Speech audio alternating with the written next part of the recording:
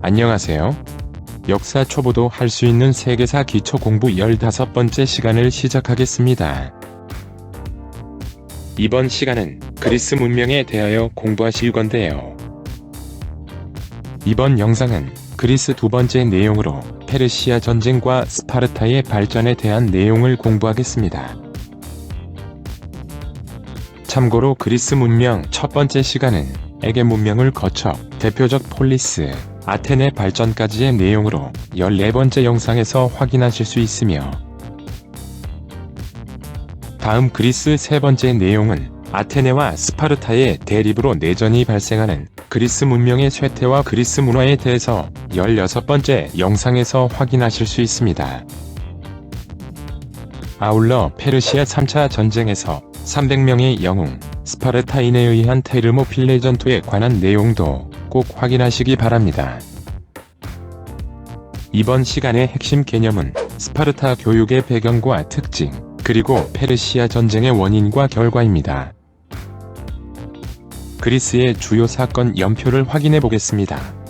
유럽 최초의 문명인 에게 문명은 전기의 크레타, 후긴 미케네 문명으로 구분되는데, 북쪽에서 내려온 도리아인에 의해서 에게 문명이 무너지고 400년간의 암흑시대를 거쳐 그리스 본토에서 폴리스가 성립되었고, 대표적 폴리스인 아테네는 민주정치로 발전하였고, 이번 시간에 학습할 스파르타는 군사적 귀족 정치로 발전하게 됩니다.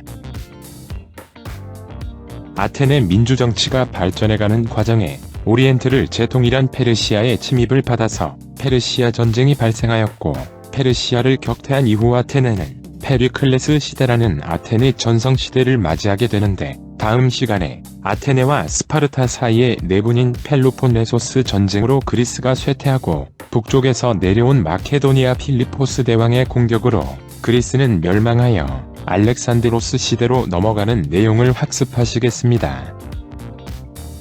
먼저 지난 시간에 공부한 에게 문명과 폴리스 성립, 아테네 민주정치에 대해 정리해보겠습니다. 서양 고대 역사는 그리스 문명과 헬레니즘 시대, 그리고 로마 제국으로 나누어지는데, 지도에서 확인해보면 모두 지중해 바다에 접해 있어서 고대 세계는 지중해 바다를 장악하는 나라가 서양 세계의 주도권을 쥐게 된다고 말씀드렸고, 따라서 지중해 해상권을 둘러싼 페르시아 전쟁도 같은 원인으로 발생하게 됩니다. 그리고 그리스 문명의 바탕이 된 것이 에게 문명으로, 에게를 중심으로 일어난 유럽 최초의 문명인데, 유럽의 동쪽에 있는 메소포타미아, 이집트 문명과 페니키아와 헤브라이의 지중해 동부 지역에서 발생한 선진적인 오리엔트 문명의 영향을 받았다고 배웠습니다. 특히 크레타 섬에서 발생한 크레타 문명이 오리엔트 문명을 받아들여 그리스 본토로 전달하는 구실을 했다고 평가되기도 합니다.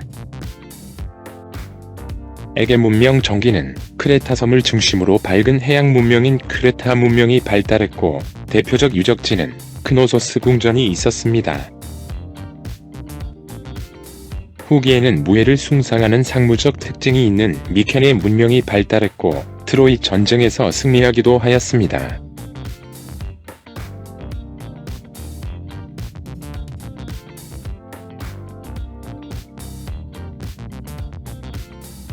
에게 문명은 북쪽에서 철기를 가지고 내려온 도리아인에 의해 멸망했고, 에게 문명이 멸망한 이후에 그리스 본토의 폴리스가 성립하기까지 약 400년간은 문화가 쇠퇴한 암흑시대가 전개됩니다.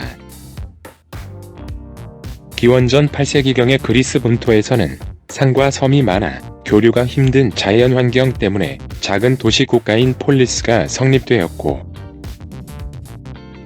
이 폴리스들은 정치적으로는 독립성을 유지했으나 스스로를 헬레네스라 부르며 다른 민족에 대한 자부심을 가지고 있었고, 그리스인의 동족의식을 유지하기 위해서 올림피아 제전을 열기도 하였습니다. 대표적인 폴리스로는 아테네와 스파르타가 있었고,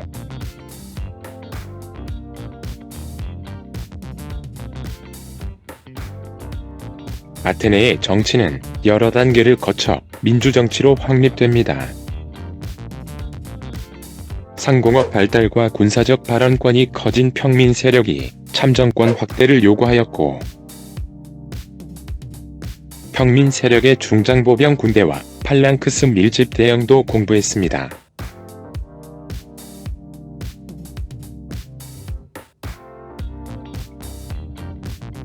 즉, 평민 세력의 성장이 민주정치 발달의 배경이 되었고, 민주정치 성립 과정에 금권정치가 출현했는데 재산 정도에 따라 참정권을 차등 분배하는 솔론의 금권정치는 귀족과 평민 모두의 불만을 잠재우지 못했으며, 독재자, 즉 참주정치의 혼란을 지나서 민주정치로 발전해가게 됩니다. 클레이스테네스는 참주 출현을 막기 위한 도편 추방법을 실시하고 부족제 개편, 500인 평의회 설치 등의 개혁을 통해 민주정치의 기틀을 잡았으며, 성년 시민 모든 남자의 민회 참여, 공직 추첨과 수당 지급 등을 내용으로 하는 페리클레스의 개혁으로 아테네 민주정치는 완성되게 됩니다. 오늘날과 다른 아테네 민주정치의 특징으로는 군대에 나가는 모든 남자 시민이 직접 아고라에서 열리는 민회에 참여하는 직접 민주정치와 여자와 외국인, 노예에게 참정권이 주어지지 않는 제한적 민주정치가 특징이었습니다.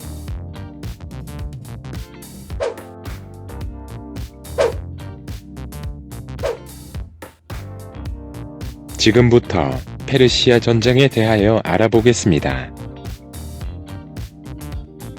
기원전 5세기에 지중해 해상권 다툼이 원인이 되어 그리스와 페르시아 사이에 벌어진 전쟁이 페르시아 전쟁입니다.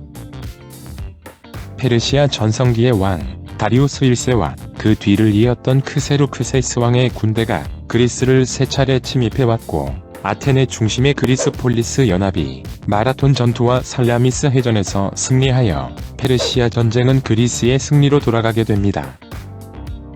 이 지도는 침략해온 페르시아 제국의 영역을 나타내고 있습니다. 아케메네스 왕조 페르시아는 이란을 중심으로 하여 서아시아와 이집트 지역을 장악하였고, 동쪽으로는 인더스강, 북쪽으로 카스피해와 아랄회, 서쪽으로는 흑해와 지중해에 이르는 대제국이었습니다. 아시리아 이후 분열된 오리엔트를 재통일한 페르시아 제국에 대해서는 이미 공부했는데요. 페르시아 제국의 전성기인 다리우스 1세, 즉 다리우스 대왕이 그리스를 침략해오게 되는데, 공격을 받은 그리스는 작은 도시 국가인 폴리스의 연합체에 불과했습니다. 1차 전쟁은 이오니아 지방의 반란이 발단이 되어 일어났는데, 다리우스 1세의 원정군이 태풍을 만나면서 군함 300척과 2만 명의 큰 피해를 보게 되어 실패하지만, 반란의 발단이 되었던 트라키아 점령이라는 원래의 목표만은 달성하게 됩니다.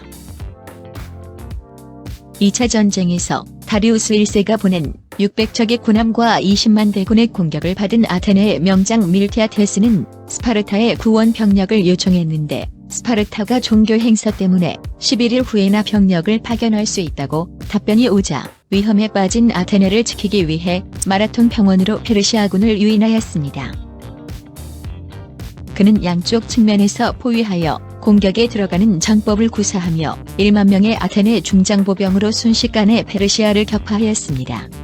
이 마라톤 전투에서 아테네 군은 192명의 손실을 입었으나 페르시아군 6,400명을 죽이면서 결국 최종 승리를 거두게 됩니다. 놀라운 승리의 기쁨을 전속력으로 달려 아테네 시민들에게 전하고 숨졌다는 병사를 기념하여 마라톤 경기가 생겨났다는 것은 잘 아실 겁니다.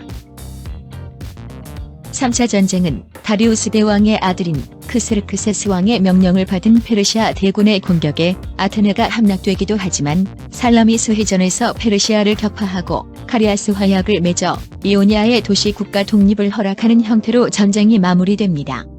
즉, 3차 50년에 걸친 페르시아 전쟁은 그리스의 승리로 돌아가게 됩니다. 3차 전쟁 때 있었던 페르모필레 전투는 이 영상 뒷부분에서 다시 설명하겠습니다. 지도에서 마라톤 전투와 살라미스 해전의 위치를 확인할 수 있는데요. 이 전쟁을 동서양 최초의 전투, 페르시아의 전제정치와 아테네 민주정치의 대결에서 민주정치가 승리했다는 의의를 부여하는 학자도 있습니다. 즉 지중해 해상권을 둘러싸고 일어난 그리스와 페르시아의 전투는 그리스의 승리로 돌아가게 되고 그리스 연합군의 주역인 아테네는 번영 시대를 맞이하게 되는데요. 이 번영 시대를 페리클레스 시대라고 합니다. 페르시아 전쟁에서 승리한 그리스는 페르시아의 재침을 방지할 목적으로 델로스 섬에 기금을 조성하는 델로스 동맹을 체결하고 아테네는 그 맹주가 되어 페리클레스 시대라는 아테네 민주정치와 문화의 황금기를 맞이하게 됩니다. 아테네 민주정치 발전 과정표를 보시면 민주정치의 기틀을 잡았던 클레이스테네스와 민주정치를 완성시켰던 페리클레스 사이에 페르시아 전쟁이 있다는 것을 확인할 수 있습니다. 페리클레스는 아테네 민주정치를 완성시켰고 페르시아 전쟁 이후에 아테네 전성시대를 열었으며 서양 고대 문화의 최전성기를 열었던 인물로 델로스 동맹의 맹주로서 아테네 제국을 건설했습니다.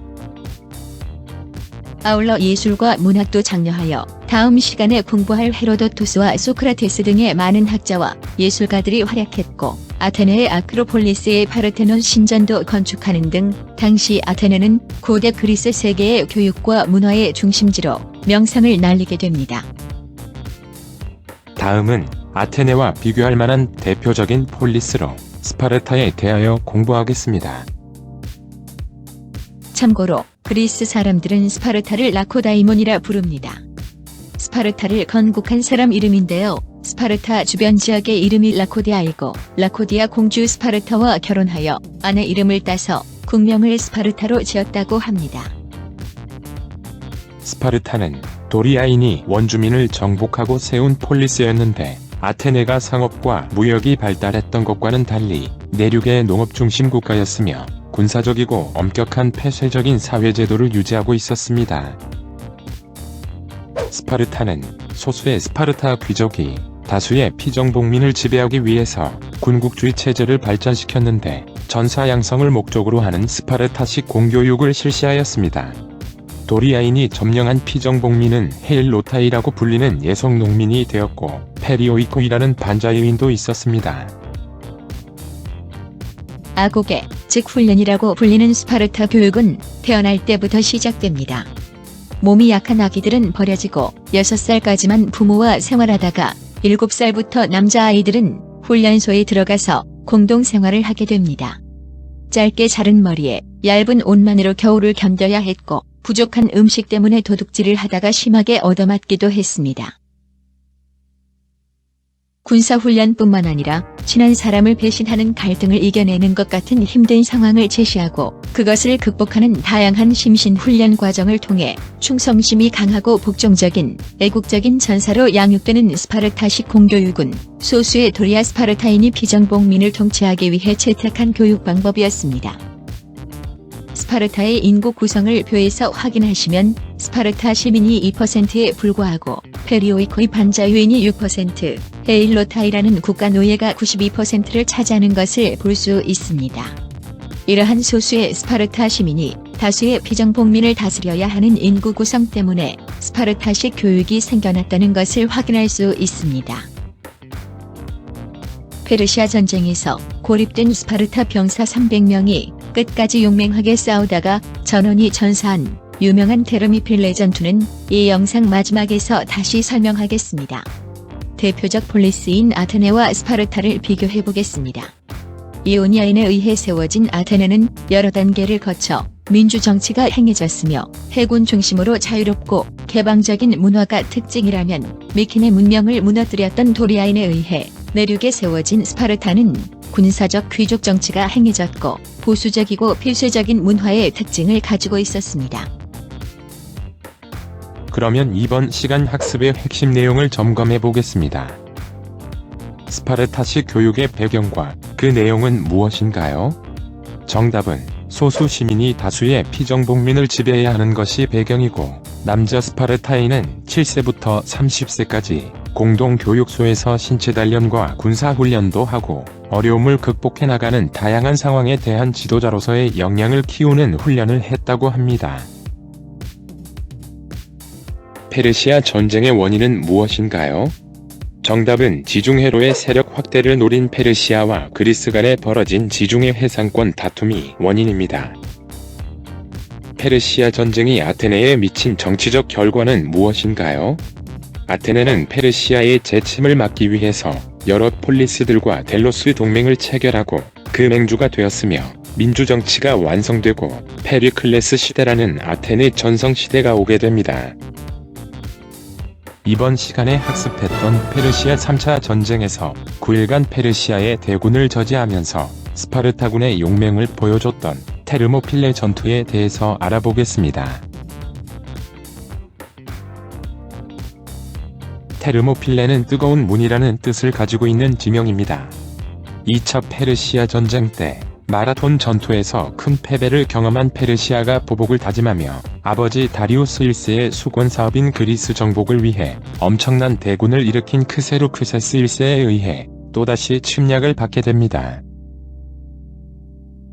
페르시아가 육군 50만 명과 군함 1000척의 엄청난 대군을 이끌고 그리스를 침공해오자 아테네 장군 테미스토클레스는 그리스 연합군이 테르모필레의 좁은 협곡에서 페르시아 육군을 막고 아르테미시온의 옆에서 페르시아 해군을 막자고 제안하였습니다. 그리하여 스파르타 왕 레오니다스 1세가 이끄는 병력 7천여 명 그리스 연합군은 기원전 480년 여름 북쪽으로 행군하여 테르미필레에 도착하였고 좁은 협곡이라는 지형을 이용해서 꼬박 이틀간의 필사적인 저항으로 페르시아의 거대한 군대를 저지하고 있었습니다. 그러나 지역 주민의 배신으로 그리스군 뒤에 우회할 수 있는 샛길이 누설되게 됩니다.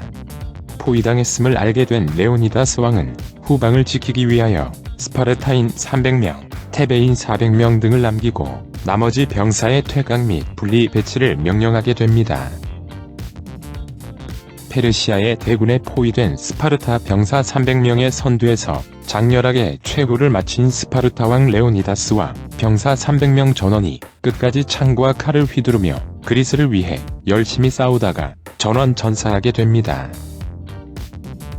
이후 테르모필레가 뚫렸다는 소식을 듣고 그리스 함대는 살라미스로 퇴각하기로 하였고 페르시아군은 텅 빈 아테네를 점령하였으나 그리스 연합군 함대에 의해 기원전 480년 살라미스 해전에서 격퇴되게 됩니다.